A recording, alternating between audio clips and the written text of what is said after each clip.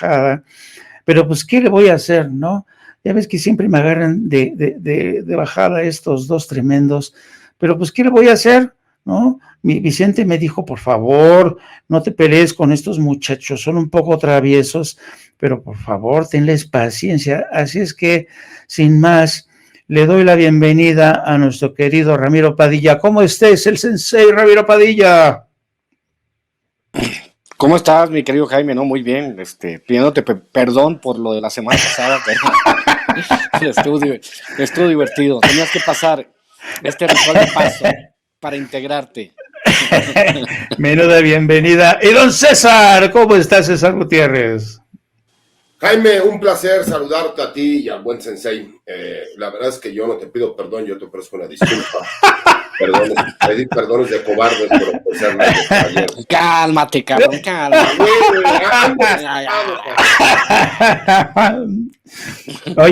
Oye, César, no, platícanos, ¿qué sensación experimentaste placer en tu enfrentamiento, ya sabes con quién? Sí, me imagino, ¿no? Con lo de Marieto Ponce. Te voy a ser muy honesto, ya al último no sentía yo algún sentido de animadversión, ¿no? Ya era el vamos a cumplir. La verdad es que le agradezco que se haya presentado, no pensé que se iba a presentar, y le agradezco que demos una exhibición, ¿no? De box, aunque cada quien piense de forma distinta, ¿no? Hubo por ahí unas ofensas de carácter personal que ambos hicimos, y la verdad es que gustoso, ¿no? Gustoso. Lo que sí es, a lo lejos escuchaba yo a Ramiro y ahí a las demás personas, me da risa, ¿no? Al último ya mi entrenador me dice, ya no lo vayas a noquear, me dice, porque nos vamos a ver mal, ¿no? Y ya estábamos más o menos tranquilos y que me da un ganchito que no me gustó mucho y dije, ay, vas a ver, cabrón, ¿no? Pero la verdad es que bien, creo que a la gente le gustó, creo que nos dimos cuenta que podemos ser de derecha o de izquierda, podemos tener diferentes formas de pensar y no necesitamos llegar a los golpes por medio de una exhibición, ¿no? En un evento deportivo con buena causa. Se apoyó a la Fundación Emanuel, que ayuda a los hijos de personas que se encuentran presos y no tienen recursos para mantenerlos y apoyarlos y darles asesoría jurídica gratuita. Y creo que hicimos algo bueno por el país y creo que dirimimos diferencias, ¿no? Y nos dimos cuenta que también a la oposición le gustan mucho los abrazos. Sí, incluso, ¿sabes qué? Yo creo que yo vi la pelea, me divirtió mucho, es la verdad, me divirtió. Aunque el pobrecillo no lo dejaba respirar al pobre Marieto, como eres malo, César. Pero ¿sabes qué? Lo que me gustó fue este espíritu lúdico, ¿no? Que va más allá del mero momento de arrebato, rabia, violencia. No, me gustó el carácter lúdico, ¿no? De cómo dirimir unas diferencias así de manera, yo no sé si llamarlo civilizado, pero sí, de forma divertida. Y qué bueno que pudieron, a mí me pareció interesante, el experimento. ¿A ti qué te pareció, querido Ramiro? Llego a la pelea, obviamente, después de que dijo este camarada que había entrenado box un año, sí yo tenía la idea de que después de entrenar un año, pues tenías con qué defenderte. Ya César y yo nos vemos abajo del ring, le digo, pues pégale al cuerpo, cabrón, en caso de que se ponga grave el asunto. Porque yo lo vi acá, el cuate hasta así el güey, no, así, y yo sí, bueno, pues a lo mejor el cuate sí sabe de lo que está haciendo, pero cuando sale en el primer round y está la porra todos gritando Marieto, y pues obviamente yo acá del lado del César y la chingada, ¿no? Entonces yo digo, pues bueno, pues a ver cómo se pone el asunto. Yo no, que no creas que no, yo sí estaba con la onda de igual que el César, dije, no voy a hacer que este güey salga un león. Y que sale caminando de frente y que no sabe ni pararse en guardia de box, dije, ya valió madre este cabrón. Y al César le empezó a aplicar los jabs y todo, y se vio muy generoso César, o sea casi le arranca la cabeza. Si tú hubieras estado ahí, hubieras visto la porra de Marieto en el segundo round, y estaban todos así, lo va a matar, ¿no? Y el pinche César le marcaba con el jab de derecha, nomás lo va a matar. Y dije, no, camarada, ¿para qué andas diciendo que entrenaste un año box si no tienes la más remota idea, ¿no? Y ahí fue donde dije en la transmisión, si me viste, ¿no? Marieto demostró que la estrategia de abrazos, no madrazos, es la mejor que puede haber. Lo abrazó como 100 veces, ¿no? Entonces, ya después de ahí, el segundo round, tercer round, ya sabemos que ese cuate ya no quería salir a pelear. Y la neta, César se vio muy generoso al a no partirle su Mauser como debía de ser, ¿no? Pero está bien. Pinche César, con el brazo derecho engarrotado, pero bueno, eso es tema para otro asunto. Oye, pero, Sí. pero fíjate, Ramiro, lo que estuvo bueno de todo esto, algo que sí hay que reconocer, tuvo valor para salir y para cumplir, ¿no? Y esa parte también hay que reconocerla. Yo les decía, podemos no estar de acuerdo, pero hay que reconocer cuando las personas, ¿no? Él y yo, pues, de alguna forma, él me lanza un reto, yo lo acepto, y él termina yendo, dando la cara, y esa es la parte que le voy a reconocer. Me dicen, al rato van a terminar siendo amigos. No creo que podamos ser amigos, creo que a mí sí me caló, ¿no? Algunos comentarios, pero ya quedaron ahí, o sea, para mí quedan superados, ¿no? Incluso lo de la pelea ya queda como tal, como superado. Y creo, mucha gente me dice, ¿por qué no te burlas de él, no? Porque si él te hubiera ganado, él hubiera sido muy burlón. O sea, a lo mejor, no lo sé, pero creo que las personas tienen que mostrar grandeza cuando ganan, ¿no? Y reconocerle que él fue valiente, ¿no? Al ir, al cumplir el reto que acordamos, y que sí pudimos por lo menos demostrarle a la gente que podemos hacer este tipo de eventos, ¿no? Que creo que incluso fue hasta simpático, porque ya cuando ves después las grabaciones, que por cierto le mando un saludo al Búfalo, a Radio Búfalo, ¿no? Y a Policleto, que vi la narración que hicieron, bueno, me tenían muerto de risa, ¿no? Porque aparte uno arriba del ring te sientes, no hombre, yo soy Julio César Chávez, y ya cuando te ves estás tirando unos bolillazos allá como Dios te da a entender, ¿no? Pero bueno, creo que dentro de todo estuvo simpático, dejamos el honor de la 4T, posto, y bueno, pues para que vean que también los chairos, ¿no? Y como tenga que ser, damos la cara. Pues me parece muy bien. A mí se me hizo, por lo menos diría que interesante el experimento. Y bueno, ¿qué les parece si entramos ya en materia, jóvenes? Yo hoy leí la columna del querido César en La Silla Rota. El título es Un testigo sicario protegido, la clave del caso Ayotzinapa. Y esta columna se publica, se difunde el día, bueno, en los días en que justamente se debate el tema del caso Ayotzinapa, esta campaña que hay a favor y en contra, esta disputa, estos desencuentros en el seno de la Fiscalía General de la República, el hecho de que el presidente haya tenido que salir al paso para tratar de esclarecer un caos y un enredo que ha sido aprovechado por unos y por otros para poner a parir básicamente al gobierno por los hallazgos de la Comisión de la Verdad y sobre todo por las órdenes de detención. Así es que, ¿qué nos puedes decir, querido César Gutiérrez, en torno a la columna? Me resulta interesante, pero me gustaría que la explicaras tú, que abundaras más tú en ella.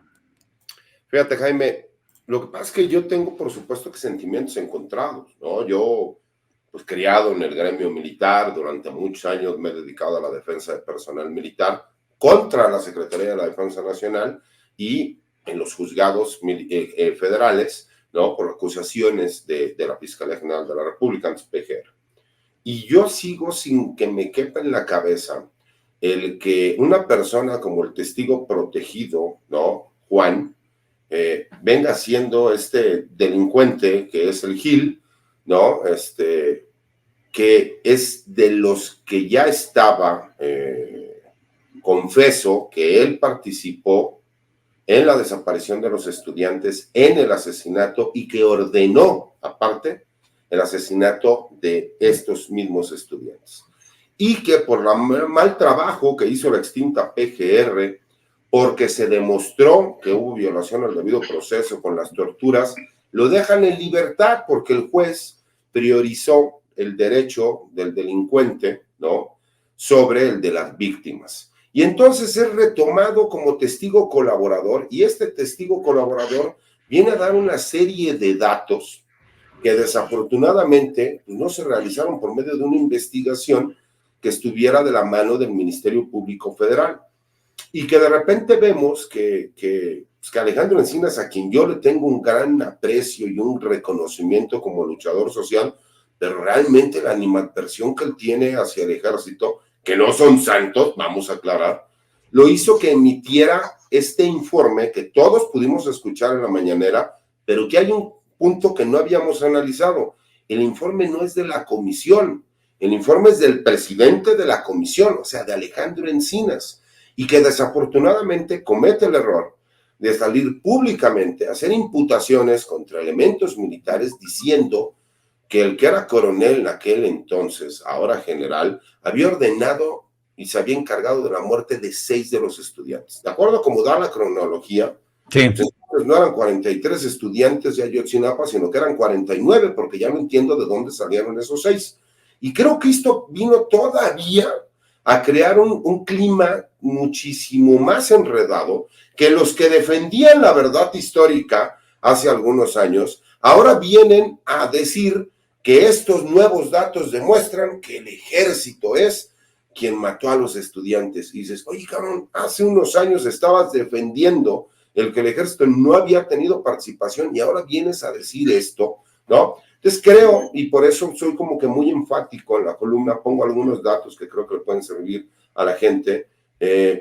Hablo de la columna que hace Penilei Ramírez. Yo entiendo que nos puede gustar o no, pero es el trabajo periodístico que ella puede realizar. Lo que no estoy de acuerdo, y eso lo hablo como abogado, es el hecho de las filtraciones que ella hace, incluso en las capturas de pantalla de los supuestos mensajes de mensajería instantánea, que lo que nos dan a entender es que es de WhatsApp, pero de acuerdo a la información de la investigación, se supone que eran BlackBerry, entonces no concuerdan ni siquiera la forma en cómo se mandan y se reciben los mensajes.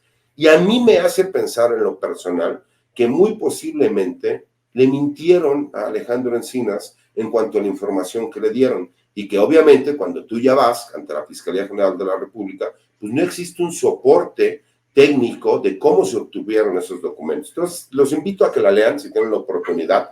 Sé que muchos me dirán, licenciados, que usted siempre defiende a los militares, pero los militares del 68 y playa y etcétera. Señores, aunque no lo crean, un día que Dios nos dé oportunidad, les voy a enseñar la causa penal de mi señor padre y lo vamos a contrastar con todas las novelas, series, películas, noticias que sacaron. Y se van a dar cuenta que todo lo que dicen jamás existió en la causa penal, que nunca hubo absolutamente nada. Bueno, llegó un momento que dijimos, ¿cómo relacionan papá supuestamente tener una relación con Amado Carrillo, pero no mencionan a Amado Carrillo para nada? Entonces, para que la gente se pueda dar una idea de cómo la política es tan perversa que luego los temas se ponen. Y creo que incluso hay fuego amigo, ¿no? Porque ya estamos viendo cómo se han politizado mucho los tiempos. Entonces sí los invitaría por ahí a que se den una oportunidad, que la lean. Yo creo que Ramiro la leyó y creo que pues, tendrá también buena opinión, mi querido Sensei. ¿Será, querido Ramiro, tienes buena opinión o mala opinión?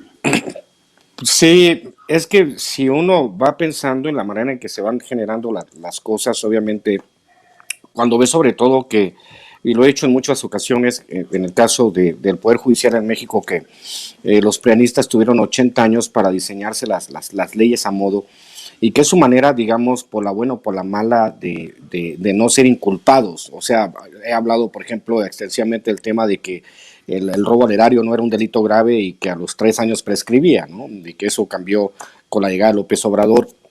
Y al mismo caso, como lo plantea bien César en su columna, pues sí es indispensable entender de cómo surgen las cosas, cómo se construyen las leyes, hacia dónde van, cómo están orientadas, porque obviamente como él dice, ¿no? En el asunto, por ejemplo, la periodista, que no voy a mencionar su nombre, pero que filtra con dolo el asunto, quizá por órdenes de alguien, que a mí me parece un ejercicio de pobreza periodística, no porque no esté de acuerdo en que se filtre algún documento, sino porque daña una causa, porque eso es lo más importante, dañar una causa que puede redituarle a los culpables del terrible manejo del caso de los estudiantes de Ayotzinapa, puede redituarles en fallas al proceso y que después se laven las manos y digan fallas al proceso, aunque sean culpables, porque sabemos bien cómo opera la ley en México. Pues sí estoy de acuerdo totalmente con César de que pues no todos son culpables. El ejército como institución, pues sí tiene, pues obviamente tiene sus claroscuros, como todas las instituciones militares en el mundo. Mencióname un país donde no tenga una institución militar claroscuros. Obviamente, si nos atenemos a la historia y vemos, por ejemplo, la tradición latinoamericana y cómo los ejércitos han sido garantes de los golpes de Estado por toda Sudamérica, y nosotros no tenemos esa tradición militarista que nos la salvamos porque, como dijo el presidente, obviamente el ejército es pueblo armado, pues, o sea, entendemos esa parte, pero también hay que entender que hay una disciplina marcial y que esta disciplina marcial en la cual pues se tienen que cumplir órdenes. El asunto es que se vaya esclareciendo el caso y que obviamente se le permita a Alejandro Encinas resolver el caso de la mejor manera posible y que por fin se le dé certidumbre a los familiares de las víctimas, que es lo más importante, lo que hemos estado luchando durante tantos años, los que estamos a favor de que se haga una investigación, no una investigación priista que tiene muchos tintes políticos desde que inició la investigación de los 43, sino una investigación exhaustiva y que sea obviamente racional y que sea objetiva y que permita reconocer la claridad de los hechos, pues es lo que nosotros los mexicanos estamos esperando. Es por eso que sí, la columna de César, obviamente desde el contexto que él lo dice, porque lo dice desde el contexto de la defensa de las fuerzas militares, pues está bien balanceada, pero también es importante saber que pues obviamente ni todos son buenos ni todos son malos, y que pues como en todos lados y como en todos grupos humanos, pues hay militares buenos y militares malos. Aquí el asunto es el tema de la responsabilidad, y el tema es si siguieron órdenes y hasta dónde llegaron esas órdenes, que es quizá lo que tengamos que clarificar, mi querido Jaime. Sí, fíjese que yo creo que no es la primera vez. En cada conflicto, en cada guerra civil o en enfrentamientos de esta naturaleza como la que ha pasado en México y otros conflictos en América Central, en Oriente Medio, existe la teoría, la famosa teoría de la niebla, ¿no? Esta niebla que nos impide ver con claridad realmente quiénes fueron los asesinos, quiénes las víctimas, quién está detrás de la conspiración. En fin, cada vez que hay una guerra, la guerra es el caos, ¿no? Y siempre se percibe el avance de esta niebla y es muy difícil dilucidar, ¿no? Pero si a eso le añades la enorme conspiración que se produjo en torno al caso de los 43 de Ayotzinapa, en la que se conspiró desde los más altos niveles de gobiernos para ocultar la verdad, pues nos percatamos de que existe realmente una enorme dificultad para que la verdad se salga adelante, ¿no? Todo este preámbulo lo hago porque en medio de esta confusión, de este enredo, surge la versión de que el presidente está defendiendo al ejército. El ejército quiere proteger a los militares, porque a raíz de esta versión que surge del desencuentro entre el fiscal del caso y el fiscal general, de que se habían emitido en principio más órdenes de detención de las que al final se han producido. ¿Ustedes creen, le pregunto a los dos, empezando por César, el presidente está cubriéndole las vergüenzas al ejército? ¿Esa es tu percepción, César? Por supuesto que no, Jaime. Si el presidente hubiera querido cubrirle realmente al ejército, Alejandro Encinas no sale a dar ese informe. El presidente ha sido muy claro. Si alguien es culpable, tiene que pagar por sus penas. Pero, como yo te lo digo, con todo respeto, yo creo que a mi consideración, yo creo que Alejandro Encinas ha tratado de hacer un buen trabajo, pero alguien lo engañó. No es normal que le hayan dado información no verificada y que él haya salido a darla públicamente, que haya habido esa filtración, porque pues se habla que la filtración pudo haber sido la Fiscalía General de la República, de los juzgados federales, ¿no? Del grupo interdisciplinario, ¿no? El Centro por los Derechos Humanos o los padres de los 43, pero también pudo haber sido de la misma Subsecretaría de Derechos Humanos de Gobernación. Entonces, si van a hacer una investigación, que hagan una investigación completa. ¿Por qué? Porque yo siento honestamente que incluso se prestó para golpeteo político. Fíjate cómo ya pusieron en una encrucijada al presidente. Sí. Curiosamente, cuando el presidente está solicitando en el Congreso el que se autorice el tiempo que la Fuerza Armada permanente, para que la gente lo entienda, el ejército, permanezca en las calles apoyando en cuestiones como coadyuvantes de seguridad pública, en lo que termina de conformarse la Guardia Nacional como una policía federal a nivel nacional que realmente pueda proteger a todos los mexicanos. Y exactamente en ese momento se da como tal el informe, y en ese momento viene a cambiar toda la versión de los hechos, porque el decir que estuvo involucrado el comandante del batallón cambia toda la historia, que me disculpen, pero sí es completamente distinto a la historia que se había estado manejando en los últimos años, y creo que eso incluso le vino a causar un conflicto al presidente muy grande. Y el presidente incluso está en una encrucijada, porque el presidente sale a decir apoyo a Alejandro Encinas y apoyo el informe que realizó. Y por el otro lado dice, también apoyo al ejército y confío en el ejército. Sí, pero el ejército que hay ahorita es el mismo que estaba antes, nada más que el ejército de ahora, si me explico, se ha utilizado para que sea un ejército protector de trabajo social y de aporte a la sociedad, y el ejército que a lo mejor había en sexenios anteriores se le veía de una forma distinta, más como un ejército represor. Y creo que eso vino a ser un problema incluso grande para el presidente. Sí, y yo creo que el propio presidente, César, ha aclarado que en principio son 5 militares, pero dice, la investigación aún no se cierra. Aún no se cierra y podría haber más responsables en el seno de las Fuerzas Armadas.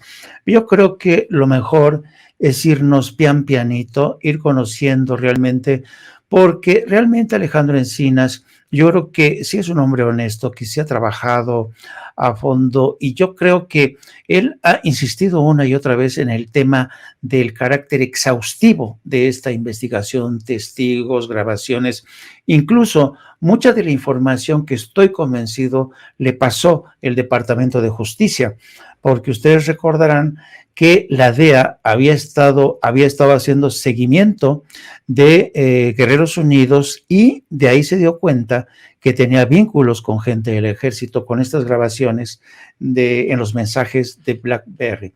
Bueno, pero antes de pasar con mi querido Ramiro, yo quisiera pedirle a nuestra querida Adri el video número 10, precisamente lo que decía esta alusión, César, el anuncio de Adán Augusto sobre los términos, muy detallado, la forma en que el secretario de Gobernación detalla cómo se va a realizar esta consulta que no tendrá carácter vinculante, pero en fin, a mí se me hace muy meticuloso la forma en que lo presentó y ya me dice mi querido Ramiro, ¿qué opina sobre este anuncio del secretario de Gobernación?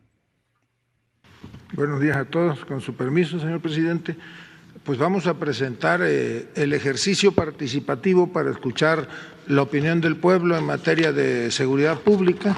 Como bien lo ha mencionado el señor presidente, no se trata propiamente de una consulta, se trata de un ejercicio de participación social del cual la Secretaría de Gobernación, de acuerdo a lo dispuesto en el artículo 27 de la Ley Orgánica de la Administración Pública Federal, tiene las atribuciones para organizarlo, por lo cual en la tercera semana del mes de enero del próximo año se llevará a cabo una gran jornada en la que se preguntará al pueblo de México si está de acuerdo en que el Ejército y la Armada continúen hasta marzo del 2018 participando en tareas de seguridad pública. Se podrá participar de acuerdo con el Instituto Nacional Electoral. Hay 68.989 secciones electorales. El objetivo es que cuando menos se instale un centro para recabar la opinión de los ciudadanos en cada una de las secciones electorales. Nosotros lo llamamos punto receptor de la opinión popular del ejercicio participativo en cada una de ellos. La organización de todo este ejercicio participativo estará a cargo de la Secretaría de Gobernación y de un comité ciudadano de carácter honorífico, el cual determinará los mecanismos para la instrumentación de las acciones a nivel nacional. Igualmente se replicará a nivel estatal, estará el encargado de la Secretaría de Gobernación en cada uno de los estados y comités ciudadanos de carácter estatal. Se invitará al pueblo a que se sume a este ejercicio participativo, tanto para la realización de la promoción como para que se constituyan en receptores de la opinión popular. El ejercicio participativo se llevará a cabo de las 8 a las 18 horas del domingo 22 de enero del 2023. Podrán participar todos los ciudadanos utilizando su CURP y una identificación oficial con fotografía. Se hará en un formato que contendrá 3 preguntas y en todo momento se cuidará la secrecía de la opinión que emitan los ciudadanos. El pueblo será el encargado de cuidar los puntos receptores de la opinión y realizará el cómputo de la misma, los cuales se enviarán a las oficinas de representaciones de la Secretaría de Gobernación en cada una de las entidades federativas y de allí se concentrarán en la Secretaría de Gobernación. Posteriormente, la contabilidad final será realizada de manera conjunta por la Secretaría de Gobernación y el Comité Ciudadano Nacional, y este comité dará a conocer los resultados definitivos el martes 24 de enero del 2023. Las preguntas, el formato de la tarjeta se imprimirá en los talleres gráficos de la Nación y serán 3 preguntas. La primera de ellas: ¿estás de acuerdo con la creación de la Guardia Nacional y con su desempeño hasta ahora? ¿Sí o no? La segunda: ¿consideras que las Fuerzas Armadas, el Ejército y la Marina deberán mantenerse haciendo labor de seguridad pública hasta el año 2028 o que regresen a sus cuarteles en marzo del 2024? ¿En que se mantengan hasta 2028 o no, que regresen a sus cuarteles en marzo del 2024? Finalmente, la última pregunta: ¿cuál es tu opinión de que la Guardia Nacional pase a formar parte de la Secretaría de la Defensa Nacional o dependa de la Secretaría de Gobernación o de la Secretaría de Seguridad Pública? Las opciones serían: la primera, que se mantenga en la Secretaría de la Defensa Nacional; la segunda, que pase a la Secretaría de Gobernación; y la tercera es que regrese a la Secretaría de Seguridad Pública. Se podrá emitir la opinión de manera presencial o bien vía electrónica. Para facilitar al pueblo este ejercicio participativo, se implementará en el portal de la Secretaría de Gobernación una plataforma en la que la ciudadanía deberá registrar su CURP y emitir su opinión, que será sumada a la contabilidad final. Incluso esta opción podrá ser utilizada por las y los mexicanos residentes en el extranjero que cuenten con su respectiva CURP. Para recabar la opinión electrónica, el portal de la Secretaría de Gobernación estará habilitado desde el 16 hasta el 22 de enero. Y para complementar este ejercicio participativo, convocaremos para el día 4 de octubre a los titulares de gobiernos, a los gobernadores, gobernadoras y a la jefa de gobierno a una reunión donde se les invitará a que coadyuven en la organización del proceso y se les presentará al Comité Ciudadano. Posteriormente, el día 6 de octubre, haremos lo mismo con los presidentes municipales, las presidentas municipales, para que coadyuven en la organización del proceso. Y la jornada de promoción, de difusión, de debate dará inicio el día 10 de octubre y en la posibilidad de que en las plazas públicas se pueda difundir, invitar a la ciudadanía que participe en este ejercicio democrático, y terminará esa jornada de difusión el día 16 de enero del 2023. Como el presidente ha mencionado, no es un ejercicio vinculatorio, ni es una consulta popular como tal, porque somos respetuosos del ordenamiento jurídico y esa está perfectamente definida en la Constitución, y en la eventualidad de que la minuta que ahora está en comisiones en el Senado no fuese aprobado, se presentaría en los primeros días de febrero una nueva iniciativa para tomar en cuenta la opinión de los ciudadanos. ¿Es cuánto? Bueno, antes de ir con Ramiro, nos pregunta Ricardo Godínez, una pregunta: ¿qué es el CURP? Tengo muchos años fuera de México y antes no existía. Yo no sé dónde vivas ahora, Ricardo Godínez. Si es en Estados Unidos, el CURP es el equivalente al número de seguridad social, que es tu identidad en Estados Unidos, el número que tienes de seguridad. Y en el caso para la gente que viva, por ejemplo, en la Unión Europea, algunos le dicen el DNI, Documento Nacional de Identidad. Es prácticamente tu identidad. Tu número de seguridad social en Estados Unidos es tu identidad. Bueno, aquí en México el CURP es esa identidad que te identifica, ¿no? Bueno, y ahora sí, pasando a nuestro querido sensei Ramiro Padilla. Fíjate, Ramiro, que cuando estaba escuchando yo al secretario de Gobernación, A mí me sorprendió el carácter tan viable, tan expedito, tan fácil que aparenta esta consulta, ¿no? Dio todos los detalles, pueden participar con su CURP, pueden votar electrónicamente así, y yo digo, bueno, y además sin que se meta el INE. Claro, no va a tener vinculante, pero va a ser un ejercicio bastante expedito. ¿Qué valor le encuentras a esta consulta? ¿Qué te parece a ti? ¿Qué opinión tienes tú de esta consulta? No hay nada a lo que la derecha le tenga más miedo que a los ejercicios participativos del pueblo, donde el pueblo decida qué es lo que tiene que hacer con su destino. Por ejemplo, en el 2006, en diciembre del 2006, no hubo una consulta de Felipe Calderón para sacar el ejército a las calles. En la reforma energética no hubo una consulta popular, sino hubo una lluvia de billetes para que todos hicieran lana de la reforma energética. Entonces, estos ejercicios inéditos que se tienen que hacer costumbre en México son muy importantes para que entiendan. Es una manera, básicamente, de la oposición, porque ya sabes que nuestro querido presidente es un costal de mañas y se sabe de todas.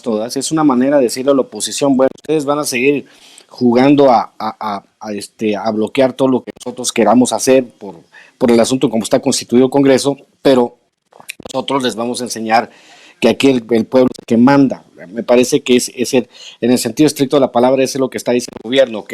Ustedes van a seguir con estas patrañas de querer evitar que el ejército salga de las calles, pero nosotros les vamos a mostrar con una consulta qué es lo que el pueblo, que está bien informado, tiene que decir al respecto.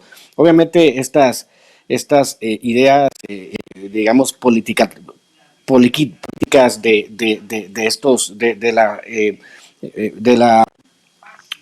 del PRI, del PAN y del PRD, que siempre han estado en contra de todo lo que sea el gobierno. Porque no te trabes, cabrón, no te trabes. A ver, no te trabes. Politiquería iba a decir, pero ya ves que de repente se me lengua la traba. El asunto es que en este tipo de ejercicios y en este tipo de circunstancias, cuando la oposición sueña con que el país esté súper desestabilizado para que ellos puedan de nuevo tener una posibilidad de acceder al poder, pues obviamente ya no va a ser. Acá con nosotros, desde la Cuarta Transformación, pues estamos diciendo, pues no, señores, estos ejercicios de consulta democráticos son lo que nosotros requerimos para que el pueblo entienda de qué se trata el asunto. Obviamente, me parece que es muy limpio, vinculante con el puro CURP, te puedes registrar, porque me parece que también se están explorando, ¿no? Por ejemplo, las personas que no tengan el INE, se está explorando posibilidades de que la gente acuda a encuestas que puedan servir, ¿no?, como ejercicios vinculatorios en el futuro. No obviamente, por lo que dijo, que no es vinculatorio, porque obviamente si le dices al INE que organice el ejercicio, va a pedir 50,000 millones de pesos y va a pedir 3 autos blindados, va a pedir 10 motos Davidson y va a pedir nuevos trajes para todos los consejeros, los empleados, para vender todo eso, para poder hacer la consulta, ¿no? Entonces a mí me parece que es un ejercicio bastante limpio, bastante inteligente, y pues vamos, hacia allá vamos. Por eso te decía al principio de mi comentario que el terror que puede tener una oligarquía de derecha en un país es que se le consulte al pueblo sobre las decisiones de peso. Ahora, si nos vamos a las estadísticas, obviamente entendemos que hasta el 2018 había 40,000 policías en todo el país, y de esos 40,000 policías, obviamente más de la mitad estaban corrompidos. Cuando se habla de que necesitamos más de 200,000 policías estatales, pongo un ejemplo de mi estado, Baja California, donde creo que se necesitan 2 policías por cada 1,000 habitantes. Nosotros tenemos 0.18 o 0.22, creo, en Sonora 0.45 policías por cada 1,000 habitantes. Entonces sería una absoluta locura en este punto, en esta guerra, porque obviamente también hay que decirle a la oposición, y esto es muy importante, que no es lo mismo lidiar como los salinistas, los cedillistas y los foxistas, lidiar con 6 carteles que con los más de 60 que dejó Felipe Calderón, o sea, la multiplicación de la violencia. Entonces, obviamente, para esta circunstancia inédita que vivimos en el país, es necesario que esté el Ejército y la Guardia Nacional en labores de seguridad como elemento disuasivo, como lo ha dicho bien el presidente. Entonces, pues ahí vamos, y esperemos que esta consulta sirva para que entiendan aquellos opositores que son una ridícula y minúscula minoría, a la cual a muchos de ellos nadie votó por estos pinches plurinominales de basura que están todo el tiempo obstruyendo, pero a López Rabadán, a Xóchitl Gálvez y a toda esa yunta de opositores que llegaron por cuotas partidistas y no llegaron por voto del pueblo, que ahora salen un día sí y otro también a denostar al gobierno. Yo la traidora, que no voy a decir quién, pero pues daba noticias y ahora se cree candidata a la presidencia de México, mi querido Jaime. Pues sí. ¿Tú qué opinas, César? ¿Es sabia es inteligente esta estrategia de pasarles por encima a la oposición con esta planadora que sería el pueblo a través de una consulta? Fíjate, Jaime, que creo que el presidente sabe hacer política y sabe hacer política muy bien. Y está utilizando a una persona como el secretario de Gobernación, que además tiene tablas para saber cómo hacerlo, y le está dando un poco la vuelta, ¿no? Porque recordemos que la consulta popular como tal no se podría dar, porque iría contrario a lo que dice el artículo 35 constitucional, y por ahí lo quisieron atacar. Me acuerdo que me entrevistaron de Capital 21, si no mal recuerdo, donde me decían, oye, pero es que ¿por qué lo va a hacer el presidente? Que le puede poner consulta ciudadana y que no sea vinculante. O sea, no es cuestión de ser muy brillante para darnos cuenta que cuando el pueblo decide, recordemos que lo que busca la oposición es generar controversia para no concederle ningún punto a favor al gobierno federal. Porque entonces la narrativa de que el gobierno está despedazando al país ya no se le da. Y una de las deudas que se puede tener en este momento es la seguridad. Porque desafortunadamente el gobierno ha comprado el paquete completo de todo el país, ¿no? Cuando nosotros nos damos cuenta que el 83% de todos los delitos que se cometen en el país son del fuero común, que compete a los municipios y a los estados, y el 17% nada más es del fuero federal, pues obviamente pues te das cuenta que quienes están fallando son los estados, no el gobierno federal como tal. Pero asumió la responsabilidad del presidente y dijo, perfecto, nosotros vamos a asumir la responsabilidad. Y la realidad es que nos guste o no, porque contrario a lo que la gente piensa, yo sigo pensando que los militares no tienen que realizar funciones de seguridad pública. Pero ante la incompetencia que tenemos, ante la poca capacidad de policías profesionales de carrera, que no existen desafortunadamente en este país, y los pocos que había estaban ligados con García Luna o terminaron en la cárcel, pues obviamente hemos tenido que recurrir a las Fuerzas Armadas. Y como lo he explicado, no es lo mismo todos los que opinan, critican, dicen desde la comodidad de un área conurbada, como la Ciudad de México y el Estado de México, en donde ellos quieren policías estilos Lacondechi, Polanco, ¿no? Pedregal, pues que es completamente distinto al tipo de violencia que existe al interior de la República y en muchas regiones, ¿no? Serranas que existen en el país.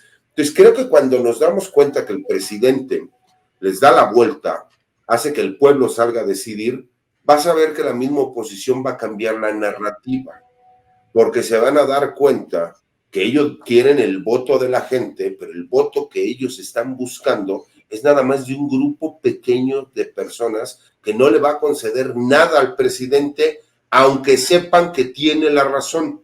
Y esa es la narrativa que quieren manejar, y creo que políticamente fue muy hábil y supo cómo darle la vuelta, y me gustó mucho cómo lo hizo el secretario de Gobernación, que creo que es un hombre brillante, que le sabe bien a la política, y aparte es un buen abogado.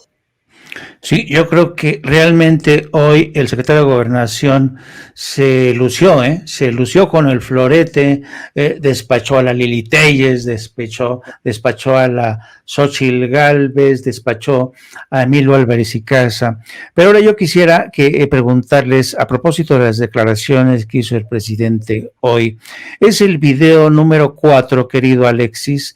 AMLO pide que presenten pruebas de que estoy creando un estado narcomilitar, porque ya saben, desde hace un tiempo para acá están con la cantaleta de que el gobierno del presidente Andrés Manuel López Obrador tiene vínculos, cuando no lo sugieren los del PAN, lo sugieren a través de medios como El Universal o Reforma. ¿Tenemos ese video, querido Alexis? Es como el intelectual. A ver, si él presenta una prueba de que yo estoy creando un Estado narcomilitar, si él presenta una prueba, no el saludo a la mamá de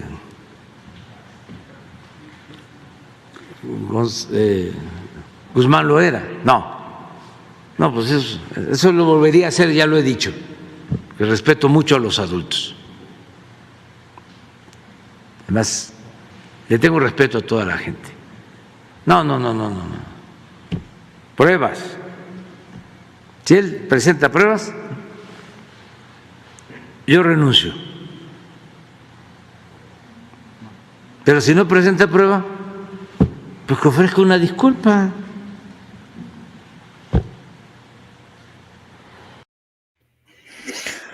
Pues ya sabemos que siguen con estas acusaciones, mejor con estas sugerencias, ¿no?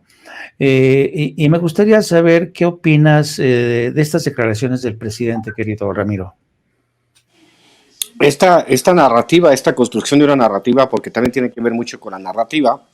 De hecho, les puedo recomendar el programa que hicimos ayer, Miguel Martín y yo, sobre filosofía política del poder mediático. Si quieren verlo después de este programa, está en el canal Al Aire de Miguel Martín, que tiene que ver con estas implicaciones mediáticas que se hicieron a través, yo creo que fue un escritor de Letras Libres, el que habla de un gobierno militar, narco, dice, pues obviamente sin ninguna prueba, pues todo el mundo podemos decir chingadera y media sin tener ninguna prueba, y el asunto está en que ellos son conscientes de que no van a tener ninguna consecuencia por decir semejante barbaridad.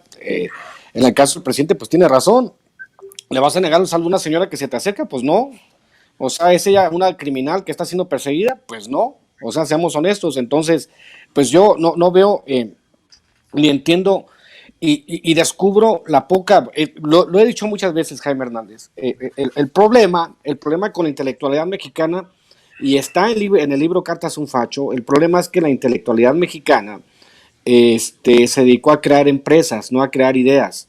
Entonces, parte de estas ideas poco elaboradas que pretenden resonar como de pasquín, porque realmente Letras Libres se rebaja al nivel de pasquín al intentar hacer un ejercicio que no tiene nada que ver con la realidad del país, porque aquí con César, que es experto en temas militares, pues no me deja mentir, pues, o sea, ¿qué quieren? O sea, la pregunta es, ¿qué quiere la derecha en este país? ¿Quieren que la gente esté a merced de los grupos del narcotráfico como lo estaba hasta el 2018? Eso es lo que quiere la derecha, y pretenden crear esta falsa narrativa de que, oh no, sí es que el gobierno está creando. No, a ver, perdón por el exabrupto, a ver, hijos de su chingada madre, panistas y priistas, ustedes crearon este estado narco, no la izquierda en el país. Nosotros venimos con la tendencia a la baja, como se lo explicó al Jorge Ramos, el presidente, le explicó que la tendencia va a la baja, con un aumento del 200% de la incidencia criminal. ¿Qué esperamos? Esperamos decir, bueno, tienen ustedes razón, señores narcotraficantes, la estrategia no está funcionando en el corto plazo porque la derecha quiere que los crímenes se bajen, que desaparezcan en 99.9% en 2 meses. Yo hacía la analogía del tren que va a 200 kilómetros por hora de bajada y que le piden al gobierno de López Obrador que detenga ese tren en 50 metros. Entonces, cuando vas y te asomas, sucede que el que le está atizando al tren para que vaya más rápido es García Luna y Cárdenas al Palomino y todos ellos, que en vez de detener el tren que va de bajada, le siguen aumentando la velocidad, los mismos que supuestamente estaban encargados de detener el tren. Entonces, que no sean payasos y que de verdad que investiguen, de corazón te lo digo, de repente son hasta patéticos cuando se habla en estos términos de gobiernos que militaristas y narcogobiernos. Los narcogobiernos ya los tuvimos con ustedes, por eso la mayoría del cuadro de seguridad de Calderón está en la cárcel, por eso ya hay muchos implicados en el caso de Ayotzinapa, por eso sigue saliendo pudredumbre. Yo pienso que el presidente no estaba quizá tan al tanto o no descubrió la cantidad de pudrición que había en todo el sistema mexicano, todo el sistema político, en las fuerzas policiales, no lo sabía. Y ahora va descubriendo, y pues también, como dice uno, es bueno, se llama plasticidad neuronal. Es bueno cuando tú te recibes nueva información, como lo ha hecho el presidente, que ha tenido que ir modificando la estrategia de seguridad porque obviamente tiene nuevos elementos, ya que es la persona más informada en todo el país, ya que tiene una reunión con el Gabinete de Seguridad todos los días a las 6 de la mañana para enterarse de la situación del país. Es bueno que vaya modificando porque así es. Sería necio el no pretender, como no lo hicieron Calderón, no lo hizo Peña Nieto, no lo hizo nadie, sería necio no cambiar la estrategia y ajustar la estrategia de seguridad. O sea, es una tontería. Pero de ahí a que piensen que el gobierno va a tener algún tipo de pacto, no tiene necesidad. Porque para empezar hay que entender cómo funciona la psique de muchos que aspiran a políticos. O sea, pasa por el dinero fácil, pasa por el poder, pasa por que la gente los idolatre por ser políticos, pero es una payasada ser político, ¿no? En muchos de los casos, pero pasa por esta circunstancia de que ellos piensan que dinero y poder y corrupción son sinónimos y que ellos van a llegar, como lo hizo Javier Duarte. Este es uno de los ejemplos más logrados. Se robaba 1,118,000 pesos por hora estando dormido despierto, ¿no? Entonces, los políticos piensan que así es. O sea, si analizan el país con los mismos elementos de interpretación que han tenido siempre, pues obviamente van a fallar en sus análisis.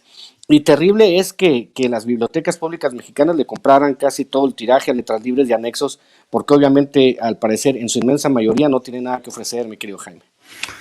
Pues coincido contigo, querido Ramiro Sensei, coincido plenamente contigo, pero a tenor justamente de lo que acaba de decir Ramiro, querido César, yo estaba escuchando hoy al caradura de Emilio Álvarez y Casa, acusando al secretario de Gobernación, Adán Augusto López, de pertenecer a un gobierno de izquierda que ha apostado por la militarización del país.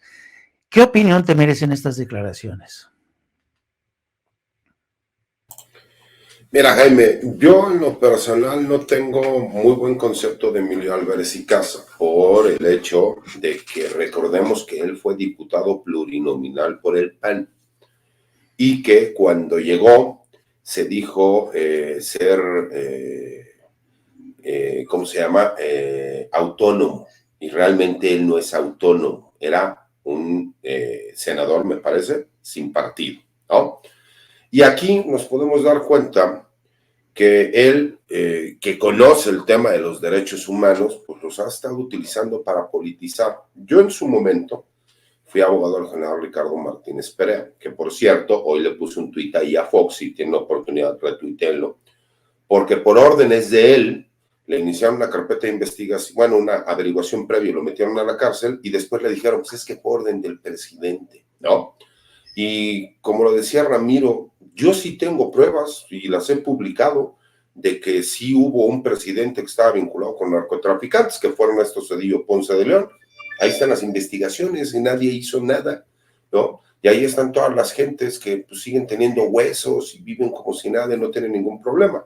Entonces, cuando vemos este tipo de impunidad y vemos, ¿no?, que una persona como Álvarez y Casa, desafortunadamente, cuando tuvo la oportunidad, no hizo el trabajo que tenía que hacer, pues creo que se ha prestado también a la politiquería, ¿no? Y te mencionaba el asunto del general Martínez Perea, porque cuando él andaba, que quería ser candidato independiente antes de sumarse con Anaya, le prometió al general que iba a ver su asunto, que lo iba a apoyar, que no se preocupara. Y en cuanto agarró un hueso, no le volvió a recibir una llamada a mi cliente. Entonces te das cuenta que es como la mayoría de personas, ¿no? Como los clásicos políticos oportunistas que nada más salen a decir, ¿no? Cosas. Y que pues además es agresivo y bravucón, ¿no? Lo hemos visto cómo se ha comportado con verdaderos defensores de derechos humanos. Y pues creo que si él busca un cargo público, pues tiene que aguantar también que la crítica que él le gusta hacer, pues también recibirla, ¿no? Entonces creo que se presta para el golpeteo, porque incluso ellos terminan creando un supuesto grupo, ¿no?, autónomo. ¿Por qué? Señores, no nos hagamos bolas. Lo que hicieron fue, querían recursos, dinero, porque en las comisiones vienen los recursos, en los grupos parlamentarios vienen los recursos, y es lo que buscaba. Entonces, pues desafortunadamente cuando escuchas a una persona, ¿no?, que no entienden que el gobierno tiene una obligación, y esa obligación es el bienestar de la sociedad mexicana, sean de izquierda o sean de derecha. Y todos los especialistas serios han reconocido que si en este momento se saca a la fuerza permanente del ejército y se los llevan a los cuarteles, el país no tendría forma de poderse defender de los grupos criminales y de la delincuencia que opera en toda la República Mexicana. César, permíteme ir más allá por la pregunta que le hice a Ramiro.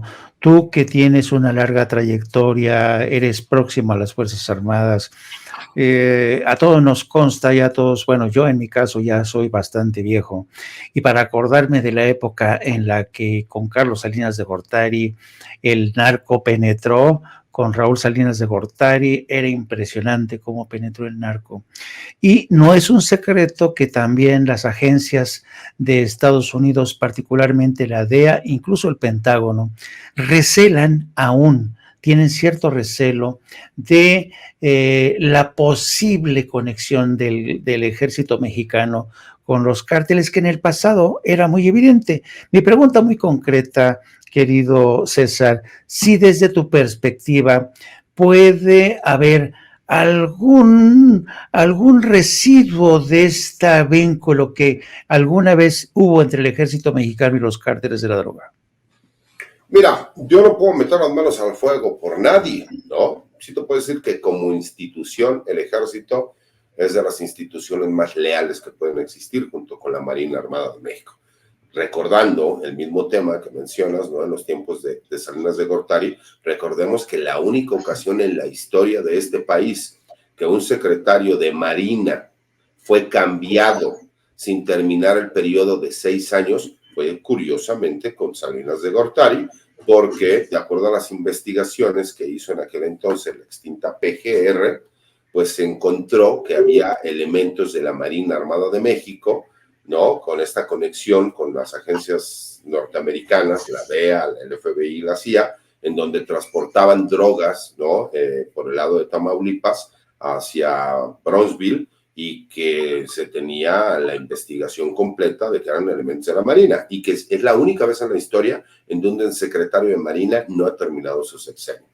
Y eso no quita que ahorita podemos ver que la Marina Armada de México tiene una excelente relación con las agencias de investigación extranjeras, tiene mejor relación que la Sedena, por supuesto. Hay que entender que hay un pleito que tiene la Sedena con la DEA. Y ese pleito que tiene la Sedena con la DEA es por la imputación que le hicieron al general Cienfuegos, porque a su consideración, una, fue falsa, dijeron mentiras, y además porque nunca se solicitó que se llevara a cabo una investigación de quién era el secretario de Defensa Nacional. Y que como todos sabemos también, y si no, pues para quienes no lo sepan, el famoso fiscal Edgar Beitia, que era el fiscal general de justicia allá de Nayarit y que lo detuvieron en Estados Unidos, pues se convirtió en testigo protegido. Y vuelvo nuevamente a lo mismo. Los testigos protegidos, para que su testimonio tenga valor, no es nada más llegar a hacer señalamientos, sino que los señalamientos que realicen estén concatenados con otro tipo de pruebas de carácter científico, de investigación, de gabinete, situación que no lo vemos. Entonces, yo no puedo meter las manos al fuego por todos los militares del país, no, por supuesto que no, por supuesto que habrá malos elementos, y que esos malos elementos, por supuesto que tienen que tener un castigo ejemplar, pero sí me tocó, ¿no? Por ejemplo, ver casos en donde terminaban acusando a los que sí hacían investigaciones por proteger a los que andaban de delincuentes, ¿no? Hubo un operativo en los tiempos de Ernesto Zedillo que se llamó Operativo Casablanca, no sé si lo recuerden. Donde sí, claro. Hizo uno de los grandes operativos más grandes que hubo en la historia para ir sobre lavadores de dinero. Y curiosamente, quien era el director de la DEA, tenía toda la información y la entrega, y solicitan que se detenga a quien era el secretario de la Defensa Nacional en aquel entonces, Enrique Cervantes Aguirre, porque querían lavar más de $1,000 millones. Pues el gobierno mexicano no solo no aceptó que se detuviera a quien era el secretario de la Defensa Nacional que estaba saliendo, sino que además fue a Estados Unidos y solicitó que el que era el director de la DEA en aquel entonces dejara de cumplir con las funciones. Cuando el gobierno de los Estados Unidos no apoya al director de la DEA, que tenía la investigación donde muestra que Enrique Cervantes Aguirre quería lavar más de $1,000 millones, es por dignidad que renuncia, ¿no? Entonces, pues vemos casos como esos, ¿no? Una persona como mi padre que fue imputado y que nosotros teníamos que andar teniendo becas en la escuela porque pues, no había dinero de sobra, y ves a otro, ¿no? Como nacional, que tiene castillos en Europa, y no lo digo yo, hay investigaciones que lo demuestran, y que pues quedó impoluto, ¿no? Entonces, pues no puedo meter las manos al fuego por todos, pero sí creo que la Secretaría de Defensa Nacional es una de las instituciones más honorables que hay en el país, junto con la Marina. Pues, don César, de verdad que te agradezco mucho. Perdón, Jaime, pero hay que decirle al pinche Ramiro otra vez que le ponga mute a su audio, porque ya se escucha todo el relajo que traen ahí. No soy yo, güey. No soy yo, cabrón. O sea, entonces se lo estamos aplicando a Jaime otra vez. ¡Que no, chingado! ¡Ya no se metan conmigo! No, a ver, Jaime. Me queda claro que hoy sí estás tomando. No, sí. Ya ves. Estabas a una. Ya casi. Fíjate, yo iba a agradecer que en esta ocasión no me agarraran de bajada, pero no, ustedes son de verdad, son tremendos. Pero díganme. Una aclaración, Jaime, voy a imitar a Octavio Paz. Por amor a la precisión, voy a decir una cosa, dijo Octavio Paz. No es Emilio Álvarez y Casa, es Emilio Álvarez Bocazas.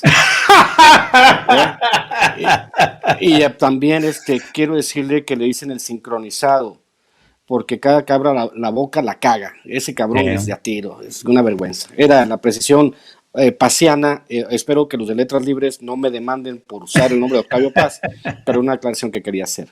Perfecto, pues como siempre, señores, una gozada. La gente dice que esta es aquí no lo estoy mintiendo, que es una mesa muy divertida, además con información de peso, de verdad. Es un placer, como siempre, queridos señores, les agradezco que hayan estado conmigo. Les agradezco también que no se hayan metido mucho conmigo, con mi peinado, con mis gafas, en fin. Y a la gente que estuvo preguntando que dónde está el Chente, pues que está en una asignación correteando por los maizales, por ahí anda el querido Vicente, pero mañana ya va a estar aquí. Un placer, queridos amigos, les mando un abrazo a los dos. Corazones lúdicos peñanietistas, y como es el nuevo eslogan de la derecha, abrazos, no madrazos.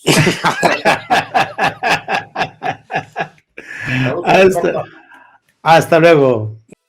Amigos, amigas, regresamos en breve, pero mientras seguimos hablando sin pelos en la lengua, sin censura, usted puede suscribirse a nuestros 3 principales canales en YouTube.